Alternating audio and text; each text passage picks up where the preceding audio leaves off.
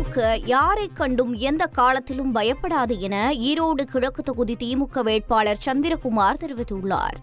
நாம் தமிழர் கட்சி வேட்பாளர் சீதாலட்சுமியின் விமர்சனத்திற்கு பதிலடி கொடுத்துள்ள அவர், பிரதான எதிர்க்கட்சி போட்டியிடாததால் நாம் தமிழர் கட்சிக்கு வாக்குகள் அதிகரித்திருப்பதாக கூறினார். மேலும் ஈரோடு கிழக்கு தேர்தல் முடிவுகள் 2026 சட்டமன்ற தேர்தலில் எதிரொலிக்கும் என சந்திரகுமார் நம்பிக்கை தெரிவித்தார். திராவிட முன்னேற்ற கழகம் இனி எதிர்வருகின்ற 2026 தேர்தலிலும் மிகப்பெரிய வெற்றியை பெறும் என்பதற்கு ஈரோடு கிழக்கு தொகுதி மக்கள் ஒரு அச்சாரமாக சான்றாக இந்த தேர்தல் முடிவை கொடுத்திருக்கிறார்கள். தோல்வி அடைந்தா உடனே ஜனநாயகம் இல்லை அப்படின்னு சொல்றது, அது மாதிரியெல்லாம் சொல்றதுக்கு நம்ம பதில் சொல்ல முடியாது. யாரும் போட்டியிடலைங்க, வேற கட்சிகள் போட்டியிடல, பிரதான எதிர்கட்சியெல்லாம் போட்டியிடாத சூழ்நிலையில அவங்க போட்டிட்டு இருக்காங்க.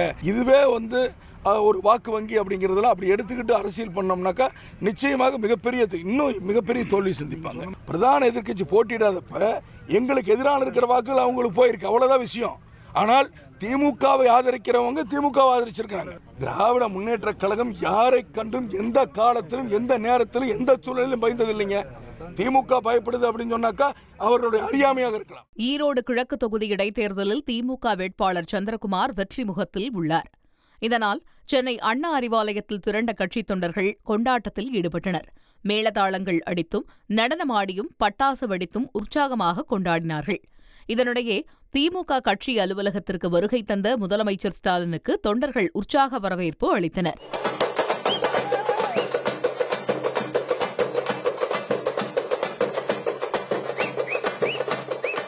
ஈரோடு கிழக்கு தொகுதி இடைத்தேர்தலில் திமுக வேட்பாளர் சந்திரகுமார் தொடர்ந்து முன்னிலையில் உள்ளார். இதையடுத்து சென்னையில் உள்ள திமுக தலைமை அலுவலகமான அண்ணா அறிவாலயத்தில் திமுக தொண்டர்கள் கொண்டாட்டத்தில் ஈடுபட்டனர். மேளதாளங்கள் அடித்தும் நடனமாடியும் பட்டாசு வெடித்தும் தங்களது மகிழ்ச்சியை வெளிப்படுத்தினர்.